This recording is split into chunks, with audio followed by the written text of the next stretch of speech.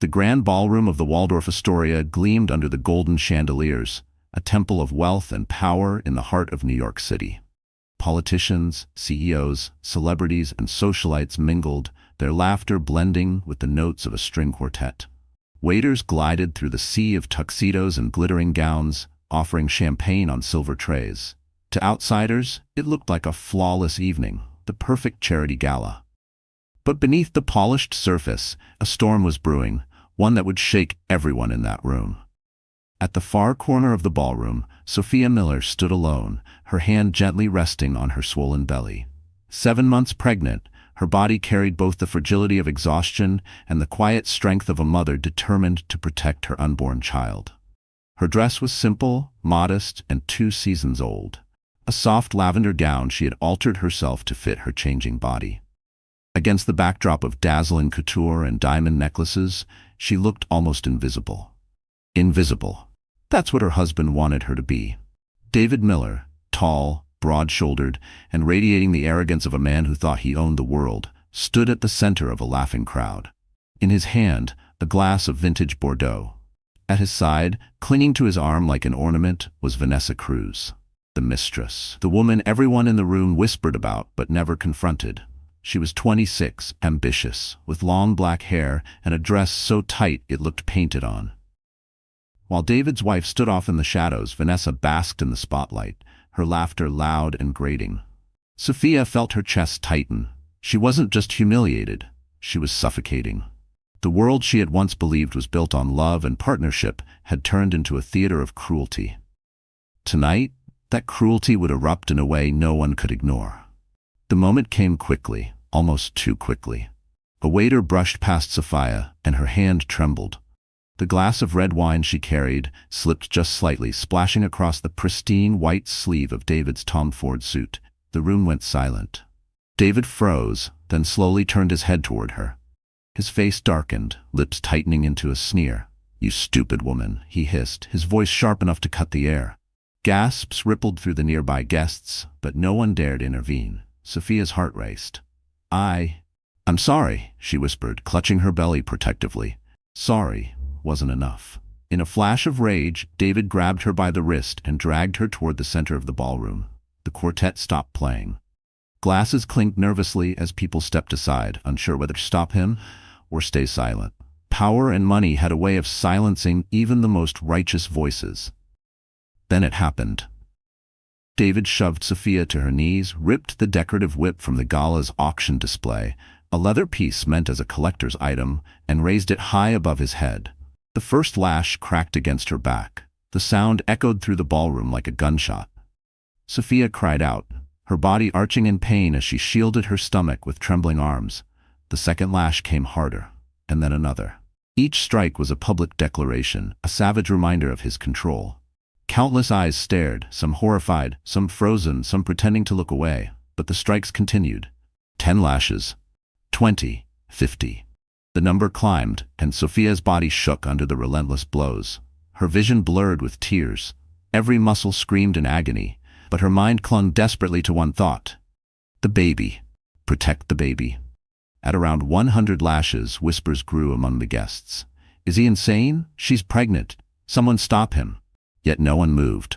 No one wanted to challenge David Miller, the rising investment mogul who had built a reputation on ruthlessness. Vanessa stood smugly nearby, her painted lips curling into a smile. She leaned toward another woman and whispered loud enough for Sophia to hear. Pathetic, she can't even hold a glass. Sophia's body trembled. The humiliation was worse than the pain. She felt stripped of dignity, treated not as a wife, not even as a human being, but as a spectacle. 200 lashes, 250. The whip tore through the air, each strike leaving welts across her back, each moment searing itself into her memory. Her sobs filled the room, but David's fury drowned them out. When the whip cracked for the 300th time, the room held its breath. Sophia collapsed onto the marble floor, her cheek pressed against the cold stone, her arms wrapped instinctively around her belly, whispering a silent prayer that her child would survive what her body could barely endure. David stood over her, panting, chest rising and falling with the rhythm of cruelty. He tossed the whip aside and sneered, "That's what happens when you embarrass me in public." Silence. And then, from the shadows near the stage, a figure stepped forward, tall, commanding. His presence shifted the energy of the room instantly. The whispers grew louder as recognition rippled through the crowd. Ethan Blackwood, billionaire financier, a man whose power stretched across continents, whose name alone could topple careers. His eyes locked on David, cold and unyielding.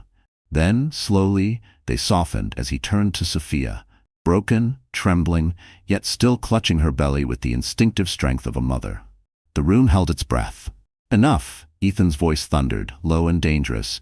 "Touch her again, and you'll answer to me." Before the night of the gala, before the whip cracked across her back 300 times, Sophia Miller had been just another woman lost in the vastness of New York City. To strangers, she seemed ordinary. A nurse who wore faded scrubs, tied her hair into a messy bun, and rushed between shifts at St. Mary's Community Hospital. But behind her quiet smile lived years of sacrifice, loneliness, and a love story that had rotted from the inside. Sophia was born in a small town in Pennsylvania, the daughter of a mechanic and a schoolteacher. Her parents weren't wealthy, but they were proud, hard-working people who instilled in her one lesson above all: treat others with kindness, even when life isn't kind to you. For years, Sophia carried that belief like a torch. It carried her through nursing school, through the endless nights studying with coffee-stained textbooks, and through the long days when she took double shifts to send money back home after her father fell ill. That was when she met David Miller. David had seemed like a dream, confident, charming, the kind of man who could walk into a room and command every eye. Sophia had been 23, still starry-eyed, still believing in fairy tales. David pursued her with flowers, candlelit dinners, and promises of a future filled with comfort and security. "I'll take care of you, Sophia," he had said one evening, brushing a strand of hair from her face.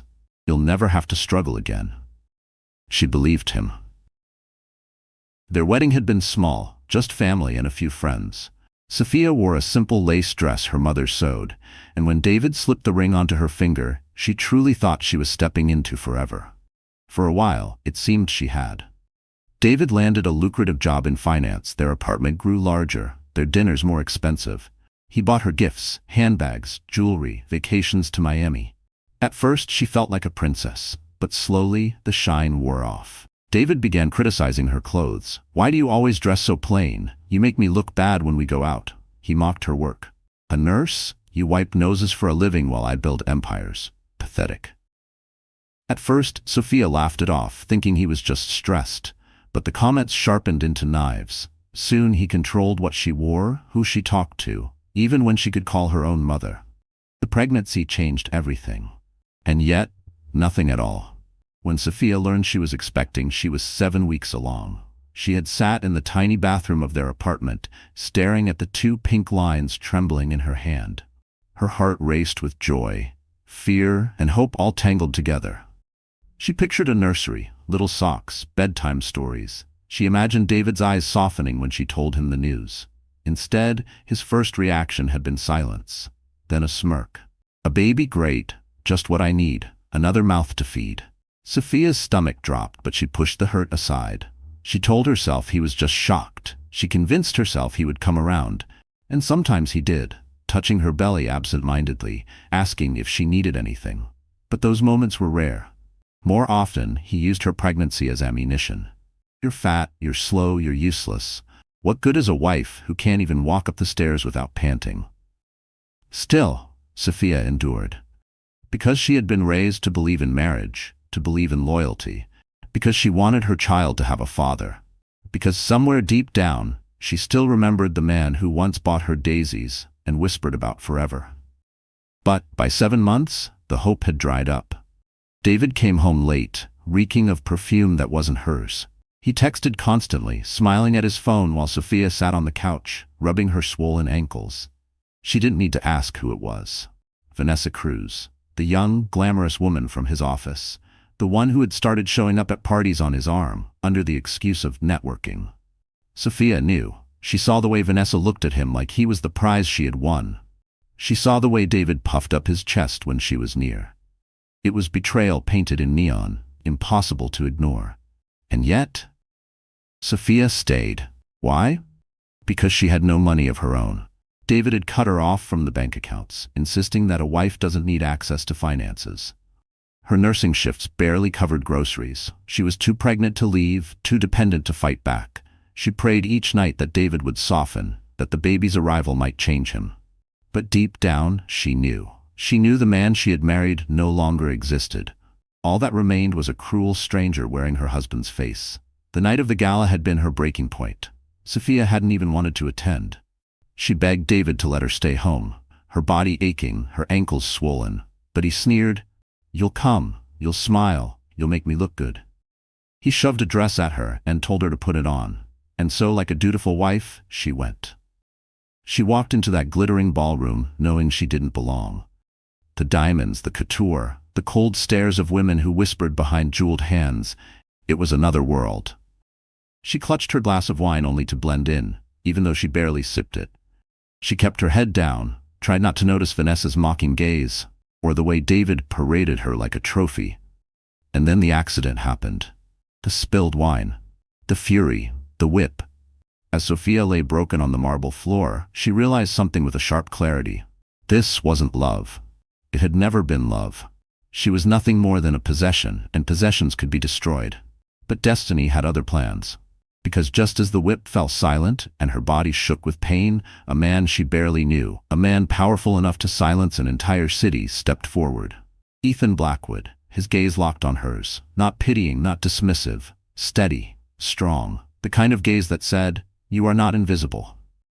You are not alone." Sophia's heart pounded. For the first time in years, she felt the tiniest flicker of hope.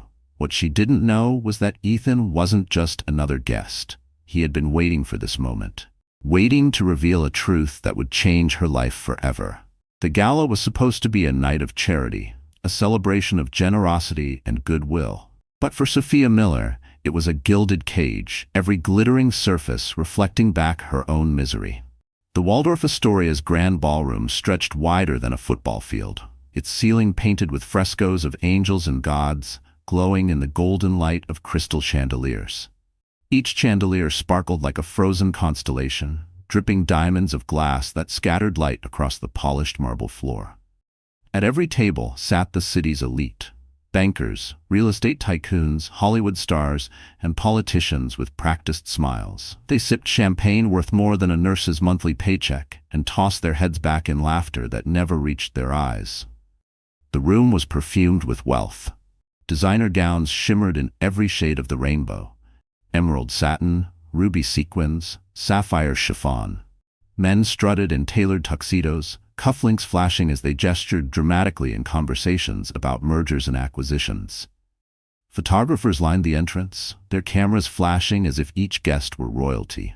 At the far end, a silent auction displayed artifacts of obscene luxury: a diamond-studded watch, a vintage sports car, a trip to Monaco aboard a private yacht.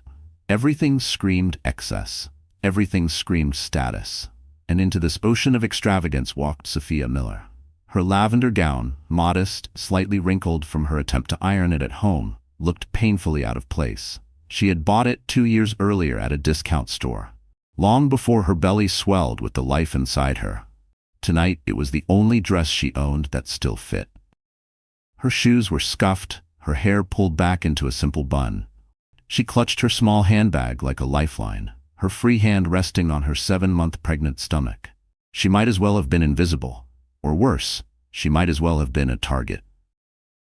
The women at the tables glanced at her with condescending eyes, their whispers sharp and slicing. Who invited her? She looks exhausted. 7 months pregnant at a gala. How tacky. Sophia lowered her gaze, her cheeks burning. She told herself to breathe, to focus only on surviving the night. But her husband had other plans. David Miller loved these events. The flashing lights, the endless compliments, the way people fawned over his ambition. He lived for the performance, for the illusion of perfection. Tonight, he wore a sleek Tom Ford tuxedo, his dark hair slicked back, his posture radiating confidence. But beside him, like a poisonous shadow, stood Vanessa Cruz. Vanessa was the embodiment of everything Sophia wasn't: youthful, glamorous, unapologetically bold. Her crimson gown hugged every curve, plunging dangerously low in the front. Diamonds glittered at her neck. Gifts no doubt purchased with money David claimed he never had for Sophia. Her laughter rang through the air like a bell, high-pitched and piercing, drawing every eye in the room.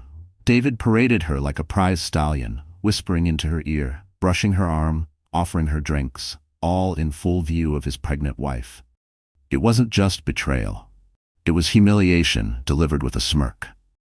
Sophia stood near the back of the ballroom, trying to disappear into the shadows.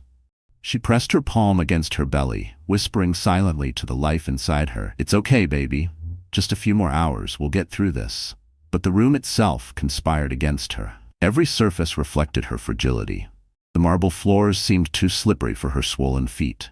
The chandeliers cast harsh light that made her exhaustion obvious. Even the orchestra's sweet symphony, violins, cellos, flutes, felt mocking, a soundtrack to her humiliation. And yet, hidden among the glittering crowd, another man's eyes followed her. From the corner table near the stage, Ethan Blackwood observed quietly. Unlike the others, he wasn't surrounded by sycophants or clinking glasses. He sat alone, his sharp suit perfectly cut, his posture commanding even in stillness. Ethan didn't need to chase attention. Attention gravitated to him. People whispered about him, but didn't dare approach. He saw what others refused to see. He saw Sophia's trembling hands, the way she bit her lip to hold back tears, the way David flaunted Vanessa without shame. His jaw tightened. Ethan knew cruelty when he saw it. And he had sworn long ago that if fate ever placed Sophia in front of him, he would not stay silent. But Sophia didn't know that. All she felt was the weight of the room pressing in on her. Every laugh from Vanessa, every smug glance from David, every flash of a camera, it was suffocating. She reached for a glass of wine on the tray of a passing waiter, not to drink, but to hold, to pretend she belonged. And that was when disaster struck. Her hand shook, just slightly, just enough. A drop of red splashed against David's pristine white sleeve. In an instant, the atmosphere shifted. The laughter died. The music faltered. 100 eyes turned, watching, waiting. David's smile froze on his lips. Slowly, he looked at her, his eyes narrowing into slits of pure rage. Sophia's stomach twisted. "I'm sorry," she whispered, her voice trembling, barely audible. But in this ballroom of wolves, sorry was weakness. David grabbed her wrist. His grip was iron, his smile returning only for the crowd. "Excuse us," he muttered, dragging her toward the center of the room. The orchestra stopped. The chandeliers seemed to dim. Every guest leaned forward, sensing scandal. Vanessa smirked, raising her glass of champagne. "Showtime," she whispered to the woman beside her. Sophia's heart pounded.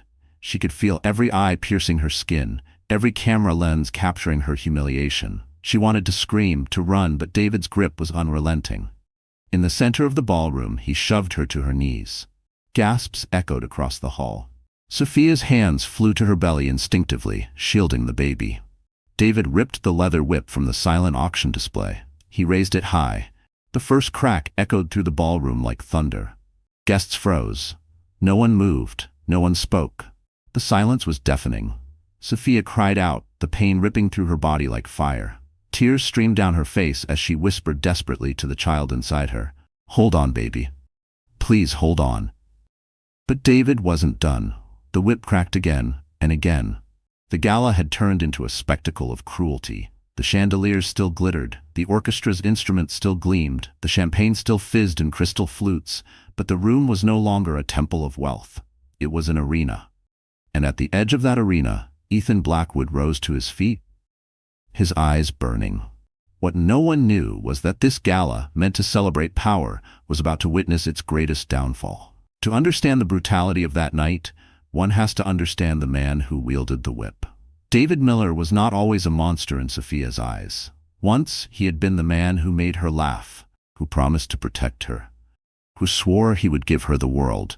But love has a cruel way of turning into something else, when power, greed, and pride poison the heart. David had built his identity on appearances. To his colleagues, he was the sharp investor with a silver tongue, the man who could close a deal over a glass of scotch and a handshake. To his neighbors, he was the perfect gentleman, smiling as he carried Sophia's grocery bags, waving at children on the block. And to strangers at the gala, he was the rising star of Wall Street, the man everyone wanted to know. But behind closed doors, the mask slipped. At home, David's charm rotted into cruelty. He snapped at Sophia for cooking meals too bland.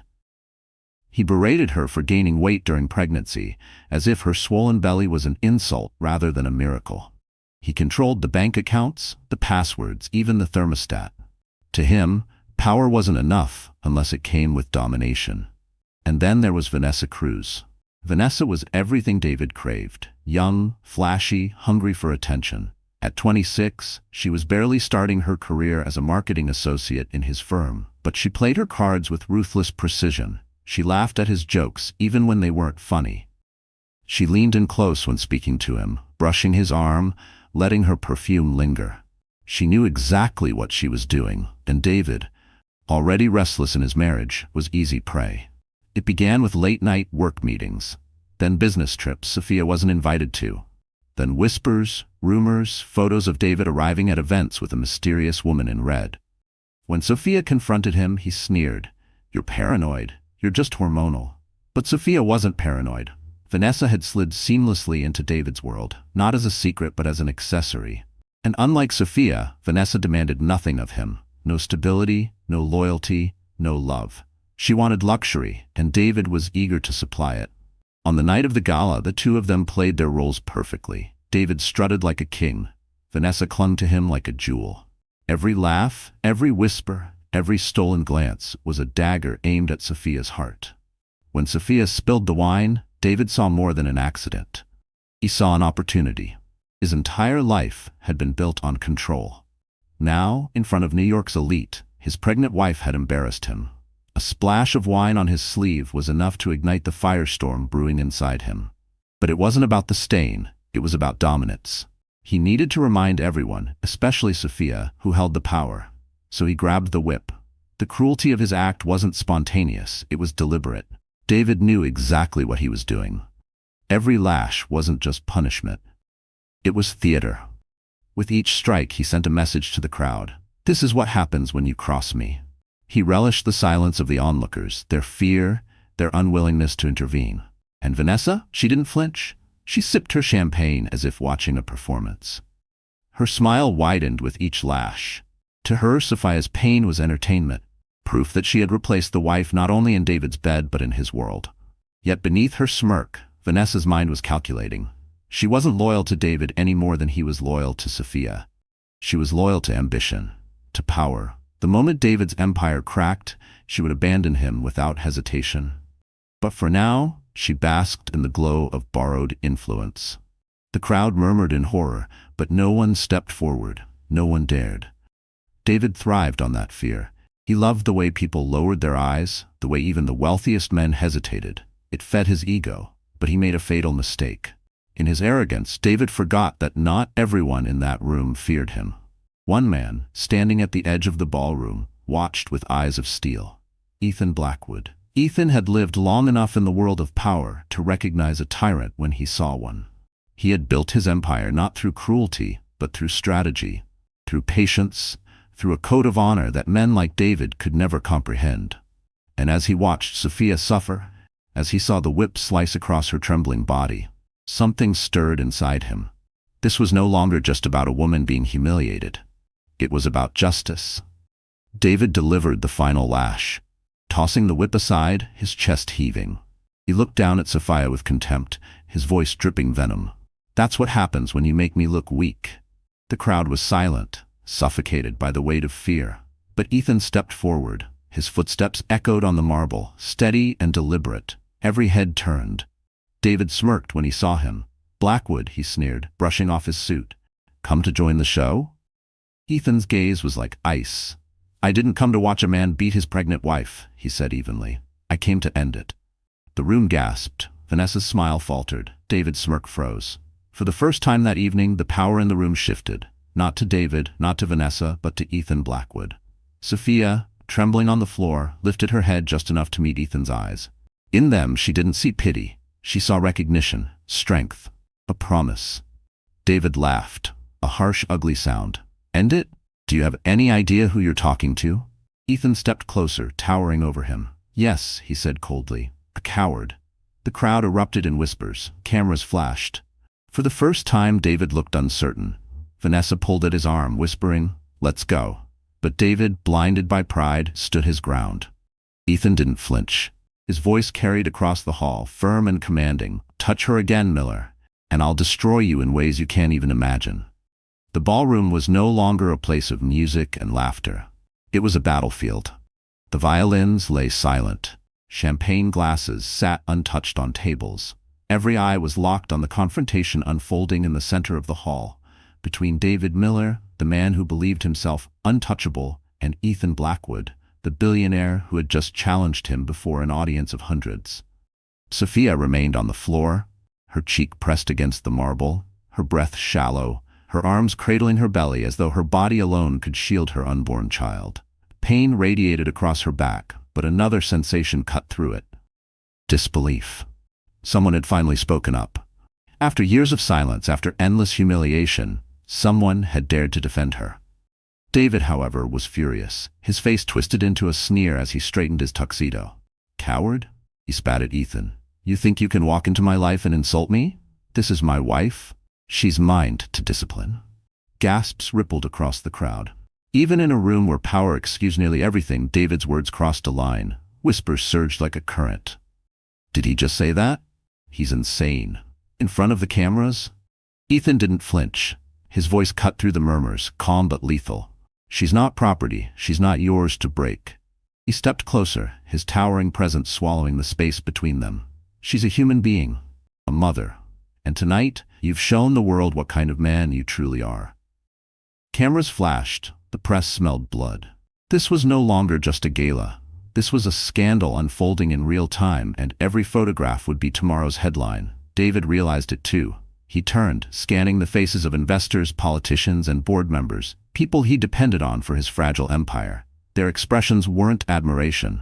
They were horror, disgust, revulsion. He could feel the empire he had built teetering on the edge of collapse. Panic flickered behind his eyes, but pride was stronger. He grabbed Sophia by the arm, yanking her upright. She stumbled, her body weak, her breath ragged. The crowd gasped again as she cried out in pain. "See?" David barked, his voice cracking. "She's fine. She needs discipline, not pity." Vanessa shifted uncomfortably beside him. For the first time, her smirk faltered. She could feel the crowd's judgment burning into her as well. Being David's arm candy was one thing. Being complicit in his brutality was another. Her perfectly painted smile trembled, but she clung to his arm anyway, unwilling to abandon him yet. Ethan's eyes darkened. He stepped forward, his voice like thunder. "Let go of her." David laughed, though it sounded forced. "Or what? You'll write a check? You think money makes you powerful?" He shoved Sophia toward the crowd, her body collapsing once more against the floor. "This is my life, Blackwood, not yours." But the words didn't land the way he wanted. The crowd didn't see strength. They saw weakness. They saw desperation.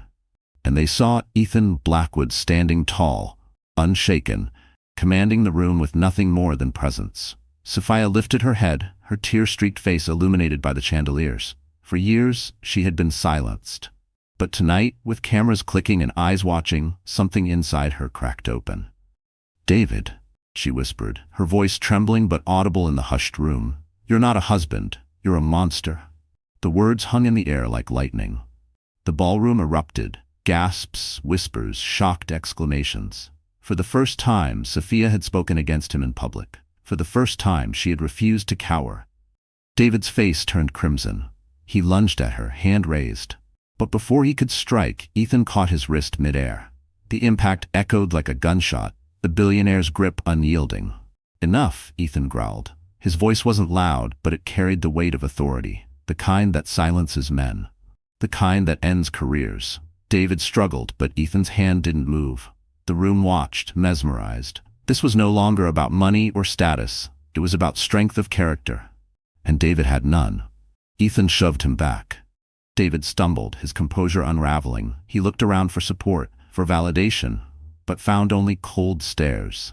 Even Vanessa's grip loosened on his arm. The investors who once toasted him now turned their faces away. Sophia, still trembling, tried to rise. Ethan extended his hand. For a moment, hesitation flickered in her eyes. But then she took it, and the ballroom erupted again. Cameras flashed like fireworks as the billionaire helped the broken wife to her feet. It was a picture that would appear on every front page by morning. The tyrant exposed, the victim supported, the savior revealed. David knew it. His empire was crumbling in real time. Rage burned in his chest, but he couldn't fight it. Not here, not now. So he turned to Vanessa, desperate for validation. "Tell them," he demanded. "Tell them I'm right. Tell them she deserved it." Vanessa froze. Her painted lips parted, but no words came. She looked at the crowd, at the cameras, at Ethan's piercing gaze. And then she did what David never expected. She stepped back. Her silence was louder than any accusation. She chose her image over loyalty, her ambition over love. She left David standing alone, humiliated, abandoned. The ballroom buzzed with whispers. "She's leaving him? He's finished. This will ruin him." Sophia clutched Ethan's arm, her body shaking. Tears streamed down her face, but they weren't only from pain. For the first time she felt the faintest glimpse of something she hadn't known in years. Hope. David, trembling with rage, shouted over the crowd. "This isn't over. You'll regret this, Sophia. You'll regret it, Blackwood." But his threats fell flat. No one believed him anymore. The orchestra stood frozen, the waiters paused mid-step, the chandeliers glittered above, but the power in the room had shifted forever. And as security began to move in, as whispers of lawsuits and headlines spread, Ethan leaned close to Sophia, his voice low, steady, protective.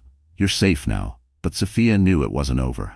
Not yet, because David Miller was a man who would rather burn his world to the ground than accept defeat. And he wasn't finished with her. The gala ended in chaos. Security escorted David out of the ballroom, his protests echoing down the marble hallways like the shouts of a desperate man drowning. Vanessa slipped away through a side exit, leaving him to face his humiliation alone. Guests whispered behind jeweled hands, their eyes darting between Sophia, frail, trembling, leaning against Ethan for support, and the door through which David disappeared. By the time the cameras stopped flashing and the reporters dispersed, Sophia's body felt broken.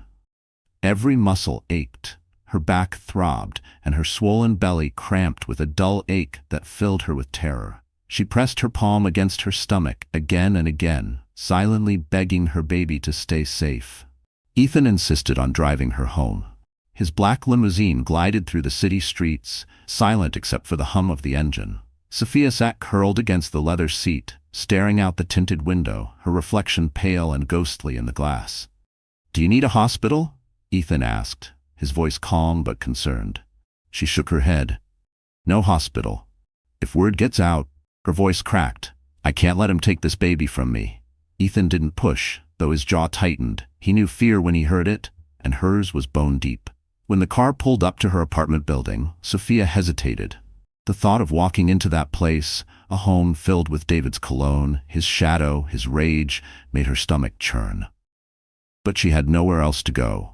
She thanked Ethan with a broken whisper and forced herself inside.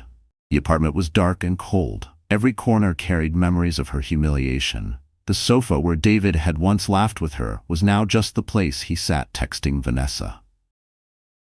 The kitchen table where they once ate takeout together was where he had thrown plates in anger. The nursery, still unfinished, mocked her with half-built furniture and unopened boxes of diapers. Sophia collapsed on the floor of the nursery, her body shaking with sobs. She pressed both hands to her stomach. "I'm sorry, baby," she whispered. "I'm so sorry." Her tears fell freely. For years she had held them back, swallowing her pain, convincing herself that endurance was strength. But now the dam broke. The sobs were raw, guttural, filling the empty apartment like a confession she had never allowed herself to speak. She cried for the girl she used to be, the hopeful nurse who believed in forever. She cried for the woman she had become, the prisoner of a cruel man's pride. And most of all, she cried for the child inside her, the innocent life tied to the storm of a toxic marriage. Hours passed. She stayed curled on the floor until the city outside shifted from night to dawn. Light filtered through the blinds, illuminating her tear-streaked face. Her body felt heavy, her mind foggy. And then came the pounding at the door. Sophia's heart seized, her breath caught in her throat. Slowly, she forced herself to her feet and staggered toward the door. "Open up, Sophia." David's voice thundered through the wood. Terror shot through her. She froze, clutching her belly. He had been escorted out of the gala, humiliated before hundreds. He should have been hiding. But David wasn't the kind of man to hide. He was the kind who struck back twice as hard. "I know you're in there," he shouted. "You made a fool of me in front of everyone. You think you can embarrass me and get away with it?" His fist slammed against the door again. "You're mine, Sophia. Do you hear me? Mine." Sophia's body trembled violently. Every instinct screamed to run, but there was nowhere to go. She stumbled back from the door, whispering to her baby, "Stay calm. Please stay calm." Then silence. The pounding stopped. His voice faded. For a moment, she thought he had gone. She crept toward the peephole. The hallway was empty. Relief flooded her, but only briefly. Because when she turned around, she saw something on the floor beneath the door. A slip of paper. She picked it up with trembling hands. It was a note, scribbled in David's angry handwriting. "If you think tonight was bad, wait until I'm finished with you." Sophia's knees buckled. She sank to the floor, clutching the note, her breath coming in shallow gasps. The despair was overwhelming. How could she fight him? He had the money, the power, the rage. She had nothing but her unborn child and a body covered in bruises. For the first time she thought about running, leaving the city, vanishing. But where could she go with no money, no support, no protection? As the sun rose higher, she forced herself to the couch. Her body begged for rest, but her mind refused to quiet. Every sound outside, the slam of a car door, the echo of footsteps, sent her heart racing. Fear sat heavy in her chest, crushing her with every breath. By evening, exhaustion won. She drifted into a restless sleep, her dreams filled with flashes of David's sneer, Vanessa's mocking laughter, the whip cracking across her back. But in the darkest hours of the night, when she woke gasping from another nightmare, her phone buzzed. She picked it up, her heart racing. A message glowed on the screen from an unknown number. "You don't have to face him alone. I can help you. E.B. Ethan Blackwood." Sophia's hands shook as she read the message over and over. She didn't know whether to feel relief or suspicion. Why would a billionaire involve himself in her nightmare? Why would a man like him care about a woman like her? And yet, she remembered the way he looked at her in the ballroom. Not like she was broken, not like she was weak, but like she was someone worth saving. Her heart pounded as she typed a single reply. "Why?" For a moment, there was no response. Then the screen lit up again. "Because I owe your family a debt, and it's time I repaid it." Sophia's breath caught. 1,000 questions swirled in her mind, but one truth cut through them all. Her life was about to change in ways she could never have imagined. Sophia stared at the message glowing on her phone screen. "Because I owe your family a debt, and it's time I repaid it." Her hands trembled. She read the words again and again, trying to make sense of them. Her family? What debt? She barely had enough strength to keep herself together. And now this billionaire, the man who had stood up to David in front of an entire ballroom, was claiming some mysterious connection to her past. Her first instinct was suspicion. David had trained her to doubt, to second-guess herself, to question every kindness. What if this was another trap? What if Ethan was no different from David? Just another powerful man who saw her as a pawn. But another part of her, the part that still remembered what hope felt like, whispered that maybe, just maybe, this was real. She typed a shaky reply. "What debt?" The response came quickly. "Not here. Meet me tomorrow. 10 a.m. The Blackwood Building. You'll understand everything then." Sophia's breath caught. The Blackwood Building was one of the tallest skyscrapers in Manhattan, a monument to Ethan's empire. The idea of walking into it terrified her. She wasn't used to places like that anymore. Marble lobbies, glass elevators, men in suits speaking the language of billions. She was a nurse, a wife, a woman broken by 7 months of abuse. She didn't belong in his world. But she also couldn't ignore the message. Not when David had left a threat under her door. Not when she felt more alone than she had ever been. That night, she barely slept. When dawn came, she dressed in her simplest maternity dress and pulled her hair back. She looked in the mirror and barely recognized herself. Tired eyes, pale skin, bruises faintly visible beneath her collar. But she forced herself to stand tall. She was going to find out the truth. The Blackwood Building towered over the city like a fortress. As Sophia stepped through the revolving doors, the marble lobby seemed to swallow her whole. A receptionist looked up, her smile polite but professional. "Mrs. Miller, Mr. Blackwood is expecting you." Her heart stuttered. She hadn't even given her name. Ethan already knew she would come. The elevator ride to the top floor felt endless. When the doors finally opened, Sophia stepped into an office that looked more like a palace than a workplace. Floor-to-ceiling windows revealed the sprawl of New York below. The walls were lined with dark wood and shelves of leather-bound books. And at the center, behind a massive desk, stood Ethan Blackwood. He wasn't wearing the tuxedo from the gala. Today it was a simple gray suit, his tie loosened, his sleeves rolled up. But even dressed down, he radiated authority. His presence filled the room. "Sophia," he said softly, stepping forward, "I'm glad you came." She swallowed hard, her throat dry. "Why am I here? What do you mean? You owe my family a debt." Ethan's gaze held hers. There was no hesitation, no calculation, only truth. 30 years ago, he began. I was a boy in Pennsylvania. My father had just lost everything in a bad investment. We were living in our car, hungry, cold. One night, I collapsed on the side of the road. Sophia's chest tightened. Pennsylvania. A man stopped his truck when he saw me, Ethan continued. He gave me food. He gave me blankets. He took me and my father in for a few nights. That man was your father, John Carter. Sophia's breath hitched. Her knees felt weak. My dad? Ethan nodded. Your father saved my life. Without him, I wouldn't be here. He never asked for anything in return. He just told me to grow up and be a good man. I swore to myself that one day, if I ever had the chance, I would repay him. I've been waiting for that chance. And now, it's you. Tears blurred Sophia's vision. She remembered her father, his calloused hands, his quiet laugh, the way he worked long hours at the mechanic shop just to keep food on the table. She remembered his constant reminders, do good, even when no one's watching. And now she understood. The kindness her father had given freely had come back to her in the most unexpected way. I don't know what to say, she whispered. You don't need to say anything, Ethan said gently. You've been carrying this alone for too long. I won't let David hurt you again. You have my protection. Sophia shook her head, fear clashing with hope. You don't understand. David won't stop. He'll come after me. He'll take the baby if he can. Ethan's expression hardened. Then he'll have to go through me.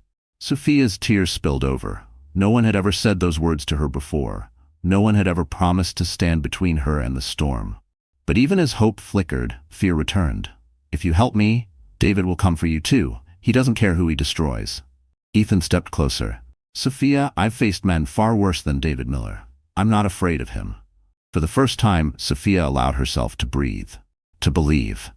But just as relief washed over her, Ethan's phone buzzed on the desk. He picked it up, his face darkening as he read the message. What is it? Sophia asked nervously. Ethan looked up, his jaw tight. It's David. Her stomach dropped. What did he do? Ethan handed her the phone. The message was short, chilling. If you think you can steal my wife and my child, Blackwood, you're dead wrong. This isn't over. Sophia's blood turned to ice. Her hand shook as she clutched the phone. David wasn't finished. He was planning something. Ethan's eyes locked on hers, filled with a determination she had never seen before. Sophia, he said gravely, you're not safe here. We need to move you tonight. When Ethan Blackwood told Sophia they needed to move her that night, she felt her world tilt again. For weeks, her life had been a blur of pain, fear, and humiliation. Now, in the middle of his towering office, she was being asked to leave everything behind. Her apartment, her memories, the life she had once fought to protect. At first, panic struck. I can't just disappear, she whispered, her voice trembling. David will know. He'll find me. Ethan's tone was steady, unshakable. Let him try. I've already arranged a safe house. My security team will take you there tonight. He won't touch you again. Sophia pressed her hands against her belly. The baby shifted inside her, a reminder that every decision she made wasn't just for herself. She nodded slowly, her tears falling silently. By midnight, she was escorted into a sleek black SUV. The city lights blurred past as Ethan's security detail drove her through Manhattan, away from the life she had known. When the car finally stopped, Sophia found herself in front of a sprawling townhouse tucked behind ivy-covered gates. It wasn't ostentatious like David's world, but it radiated safety, warmth. Inside, she was met by a team of women Ethan had arranged, a private nurse, a counselor, and a stylist who brought her new clothes. Sophia felt overwhelmed. For so long, she'd been denied even the smallest kindness. Now, strangers were offering her care without judgment. At first, she resisted. When the stylist laid out elegant maternity dresses and soft silk robes, Sophia shook her head. "I'm not that kind of woman. I don't belong in things like this." The stylist smiled gently. "You belong in anything that makes you feel strong." The words lingered. For days, Sophia slept, ate, and allowed her body to heal. The bruises faded, the swelling eased. Slowly, she began to recognize herself in the mirror. Not the broken wife who flinched at every sound, but the woman she had been before David. Kind, resilient, brave. One morning, she stood before the mirror in a new gown, emerald green, flowing gently over her 7-month belly. For the first time in years, she didn't see a victim. She saw a mother, a survivor. Her counselor asked her, "Sophia, what do you want your child to see when they look at you one day?" The question cut deep. Sophia thought of the baby inside her, of the eyes that would soon look up at her for guidance. She whispered, "I want them to see strength. I want them to see that I didn't give up." From that moment, something shifted. She began to speak with more confidence. She walked straighter, no longer curling inward in shame. She ate healthy meals and practiced gentle stretches with the nurse's guidance. With every passing day, she wasn't just surviving, she was reclaiming herself. And Ethan noticed. One evening, he visited the townhouse, finding her in the library with a book in her lap. She looked up at him, her eyes brighter than he had ever seen. "You're changing," he said softly. Sophia nodded. "I thought I was broken. But maybe I just needed someone to remind me that I wasn't." Ethan studied her for a moment, something unspoken in his eyes. "You were never broken, Sophia. You were just hidden under his cruelty." Her chest tightened. For years she had believed David's words, that she was weak, useless, pathetic. Now, hearing Ethan tell her otherwise felt like oxygen filling her lungs. But transformation wasn't just emotional, it became visible. A week later, Ethan arranged for Sophia to attend a small charity luncheon, not a grand gala like before, but a quiet event with trusted allies. At first, Sophia resisted. "I can't face people again, not after what happened," but Ethan was firm. "You can, and you must, because the world needs to see you're not afraid anymore." So she went. When Sophia entered the room, wearing her emerald gown and standing tall, whispers spread. These were the same circles that had witnessed her humiliation at the gala. Many expected her to shrink, to hide. Instead, she met their eyes head-on. One woman approached her timidly. "Mrs. Miller, I just wanted to say, what your husband did was unforgivable. But the way you're standing here today, it's inspiring." Tears pricked Sophia's eyes, but she smiled. For the first time, admiration replaced pity. The luncheon ended with applause when she shared a few words. Her voice trembled at first, but then grew stronger. "I may have been beaten, but I am not broken. I will fight for myself and for my child. No woman should ever have to endure what I endured. And tonight, I choose to rise." The crowd erupted. Cameras clicked. This time, Sophia wasn't the victim of a scandal. She was the face of resilience. But while Sophia's strength grew, David's fury boiled. In his penthouse, David watched news clips of the luncheon, his face contorting with rage. "She thinks she can humiliate me? She thinks she can rise without me?" He hurled a glass against the wall, shards scattering across the marble. Vanessa, sitting nearby, rolled her eyes. "You're finished, David. She doesn't need you anymore." He grabbed her wrist, his voice venomous. "Don't you dare walk away from me too." But Vanessa only laughed coldly. "You're not worth the ruin you bring. Find someone else to worship you." She stood, leaving him alone in the wreckage of his pride. David's chest heaved. His empire was crumbling. His wife was rising from the ashes. And now, even his mistress was gone. His voice was a low growl as he whispered to himself, "If I can't have her, no one will." Meanwhile, back at the townhouse, Sophia received a sealed envelope slipped under her door. Her heart skipped as she unfolded the paper. Inside was a single photograph, her standing at the luncheon, smiling, radiant. Across the image, scrawled in angry red ink, were 3 chilling words: "I'm watching you." The photograph with the words "I'm watching you" haunted Sophia for days. Each night she lay awake in the townhouse, her hand over her belly, listening for footsteps that never came. The note was David's calling card, a promise that he wouldn't stop until he regained control. But what David hadn't counted on was Sophia's transformation. She was no longer the silent wife cowering in the shadows. With Ethan's protection and with the fire of survival burning inside her, she was ready not just to defend herself, but to strike back. And she wouldn't do it quietly. Ethan's legal team had been working around the clock, gathering evidence of David's abuse, medical records of Sophia's bruises, witness statements from neighbors who had overheard fights, financial records proving his infidelity and misuse of marital assets, even leaked photos of him parading Vanessa at company events while Sophia was bedridden with pregnancy. Piece by piece, they built a case that would not only end his career, but strip him of every ounce of credibility. Still, Sophia hesitated. "If I take him to court," she whispered to Ethan one evening, "he'll come after me harder." Ethan's gaze was steady. "That's exactly why you need to take him to court. You don't just need protection, Sophia. You need justice. And once the world knows the truth, he won't have the power to hurt you anymore." Sophia's heart pounded. For years, David had silenced her with fear. But now she had something stronger than fear. Proof. The court date was set. The story exploded across the media even before the trial began.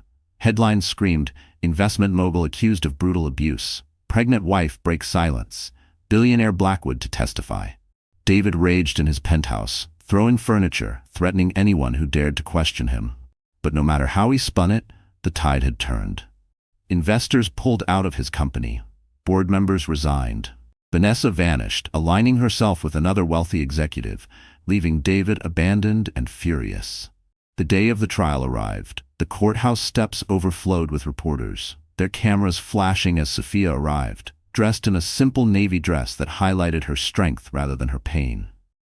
She walked slowly, her 7-month belly leading the way, her hand gripping Ethan's arm for support. She looked fragile, but her eyes burned with determination. David arrived minutes later, his once perfect suit wrinkled, his hair disheveled. He barked at reporters, insisting it was all lies, that Sophia was being manipulated. But the crowd wasn't buying it. They shouted questions, accusations, demands for answers. For the first time, David wasn't commanding respect. He was drowning in scorn. Inside the courtroom, the air was thick with tension. The judge, a stern woman with decades of experience, watched silently as the trial began. Sophia took the stand. Her voice trembled at first, but then grew steadier as she recounted the years of control, the cruel words, the humiliation, and finally the gala. The room was silent as she described the whip, the lashes, the fear of losing her baby. Tears streamed down her face, but she refused to break. Then Ethan testified. His voice carried authority, recounting what he had witnessed at the gala. His words painted David as not just a cruel husband, but a man unworthy of trust. A man who had abused power both at home and in public. "No amount of wealth," Ethan said firmly, "gives a man the right to destroy another human being." The defense tried to smear Sophia. They called her dramatic, unstable, hormonal. They suggested she was exaggerating. But when the photographs of her bruises were displayed on the courtroom screens, the lies crumbled. Gasps echoed through the room as the images told a story no words could deny. And then came the final blow. One of David's own employees testified, revealing that Vanessa had bragged about replacing Sophia, laughing about David's cruelty as if it were entertainment. The betrayal was undeniable. David wasn't just abusive, he was shameless. By the end of the trial, the verdict was inevitable. The judge's gavel struck. David Miller was found guilty of domestic abuse and financial misconduct. He was stripped of his position in his company, ordered to pay damages, and barred from contacting Sophia again. The courtroom erupted in whispers. Reporters rushed to file breaking news. And Sophia, tears streaming, clutched her belly and whispered a single word: "Free." But the victory wasn't just legal, it was public. That night, television screens across America replayed footage of Sophia standing tall outside the courthouse, Ethan by her side. News anchors praised her bravery. Social media overflowed with messages of support. Sophia is a hero. Justice for survivors. No woman should suffer in silence. For the first time in years, Sophia wasn't invisible. She was a symbol.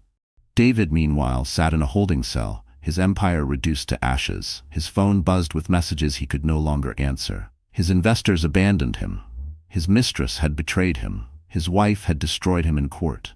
And yet, as he sat in the darkness, a twisted smile crept across his face. Because David Miller was not a man who accepted defeat. And as Sophia left the courthouse, surrounded by supporters, holding Ethan's hand with tears of relief in her eyes, she couldn't shake the chill that ran down her spine when she remembered his last words before the verdict was read. "This isn't over, Sophia. Not until one of us is gone." The courthouse doors closed behind Sophia Miller, and with them, a chapter of her life slammed shut. The roar of reporters and flashing cameras faded as Ethan guided her down the courthouse steps. For the first time in 7 years, she was no longer bound by David Miller's shadow. But freedom, Sophia soon realized, didn't feel like fireworks or parades. It felt quiet. It felt like taking a deep breath after nearly drowning. It felt like possibility. That evening, Sophia sat in the safe house, her hands cradling her swollen belly. The verdict echoed in her mind. David Miller, guilty of domestic abuse and financial misconduct. She whispered softly, "We're safe now, baby. We're finally safe." The relief washed over her, but so did exhaustion. Healing wasn't instantaneous. The bruises on her body would fade, but the scars on her heart ran deep. Some nights she still woke up gasping, hearing phantom echoes of David's voice. Some mornings she hesitated before opening the curtains, afraid he might be watching. But every day those fears weakened. Every day, Sophia grew stronger. With Ethan's help, she began attending support groups for women who had survived abuse. At first, she sat in silence, listening to others share stories that mirrored her own, stories of fear, control, violence, and survival. Slowly, she found her voice among them. "I thought I was weak," she confessed one evening, her hands trembling. "But I wasn't weak. I was scared. And fear isn't weakness. Surviving isn't weakness." The room filled with nods and tears. Sophia realized she wasn't alone anymore. Her pregnancy, too, became a source of strength rather than fear. Each kick, each flutter, reminded her why she had fought so hard. She began preparing the nursery at the safe house, painting the walls a soft yellow, folding tiny clothes into drawers. For the first time, she wasn't haunted by unfinished cribs or broken promises. She was building a future on her own terms. And Ethan, always steady, always near, became more than just her protector. He became her anchor. He never pushed, never demanded. He simply showed up. Dinners shared at the townhouse, walks through the quiet garden when she couldn't sleep, a steady hand offered when she felt unsteady. One evening, as they stood by the window overlooking the city, Sophia whispered, "Why are you doing all this for me?" Ethan looked at her for a long moment. "Because your father saved me when I was helpless. And now, I have the chance to honor that gift by saving you." He paused, his voice lower, gentler. "But it's not just about repaying a debt anymore. It's about you. Because you deserve more than survival, Sophia. You deserve to live." Her eyes filled with tears. For years, she had been told she was worthless. Now, for the first time, she believed she was worth everything. 2 months later, Sophia gave birth to a healthy baby boy. The delivery was long, exhausting, but when she held her son against her chest, tears streaming down her cheeks, she felt a joy so fierce it burned away every shadow of her past. She named him Leo, after her father's middle name, honoring the man whose kindness had saved both her and Ethan decades apart. Ethan visited the hospital, standing quietly at her bedside. When he looked at Leo, his usually guarded expression softened. "He's strong," Ethan said, his voice rough with emotion, just like his mother. In the weeks that followed, Sophia's story spread across the country. News outlets hailed her as a symbol of resilience. Women reached out from across the world, thanking her for speaking out, for showing that even in the darkest circumstances, there was a path to freedom. David, meanwhile, languished in prison. His empire dissolved, his name tarnished. Vanessa had already moved on, attaching herself to another wealthy man, leaving David with nothing but bitterness. He had lost everything, his power, his fortune, his wife, his child. Sophia didn't celebrate his downfall. She didn't need revenge anymore. She had something far greater, peace. Months later, Sophia stood on a stage at a charity gala, not as a humiliated wife, but as the keynote speaker. Her emerald gown shimmered under the lights, her hair loose and radiant. Ethan sat in the audience, his eyes steady on her as she spoke. "I once believed silence was survival," Sophia began, her voice carrying across the room. "I thought if I endured, if I stayed quiet, things would get better. But silence doesn't protect us. Speaking out does. Tonight, I stand here not as a victim, but as a mother, a survivor, and a woman who refuses to be broken. To every woman out there, you are stronger than you think, and you are never alone. The applause was thunderous. Cameras flashed, but this time, Sophia welcomed the attention. She wasn't invisible anymore. She was a voice, a force alight. Afterward, Ethan approached her, his expression unreadable. "You've changed everything tonight," he said softly. Sophia smiled, tears in her eyes. "No, I just finally remembered who I was meant to be." The two stood together, watching as guests lined up to pledge donations to causes supporting survivors. Sophia felt Leo's tiny hand gripping hers, her son's warmth anchoring her to the future. And for the first time in her life, she allowed herself to dream, not of survival, not of escape, but of happiness. David's shadow was gone, the chains were broken, and Sophia Miller, once beaten, silenced, forgotten, was reborn. Because when a woman rises from the ashes, she doesn't just survive, she soars. So that's how Sophia's story ends. But maybe you're still here with me right now, listening until the very last word. If you are, it means something touched you. It means a part of this story spoke to your own heart. And maybe that's the real lesson. No matter how heavy the suffering, there is always a way to rise again. As the Stoics remind us, what stands in the way becomes the way.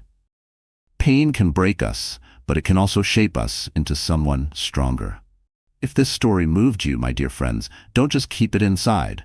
Share it, like it, and subscribe so we can walk through more journeys of courage together. Because healing begins the moment we realize we are never truly alone.